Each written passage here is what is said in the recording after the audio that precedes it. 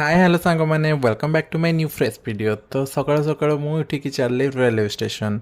तापर स्टेशन में पहुँची गोटे टिकेट नहीं गली। टिकेट नहीं कि मु मो सांग चलू स्टेशन माने प्लेटफॉर्म को कहीं तार ट्रेन आसबार था। तो मत से फोन करते कि मत स्टेशन में ड्रॉप करदेबू।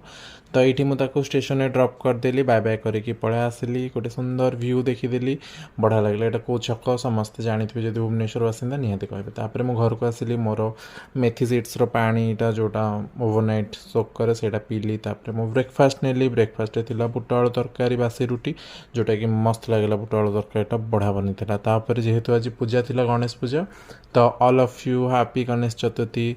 तो ये आम पलि आसलु आमे मैंने मुझे एका आसती। ये आमर 8 नंबर गोटे जगह माने पार्क टाइप थाए से भोजी दिया हुए 20,000 लोक बना जाए। तो भोजी रे होता आज अन्न डाली छोले पनीर तरकारी गोटे मिक्स वेज खट्टा और खीरी और बहुत बोबालिया होता खीरीटा। मुझे गोटे कप नहीं आसती बाहर खाई खाई आसली। तो एमती किसी आज गणेश चतुर्थी।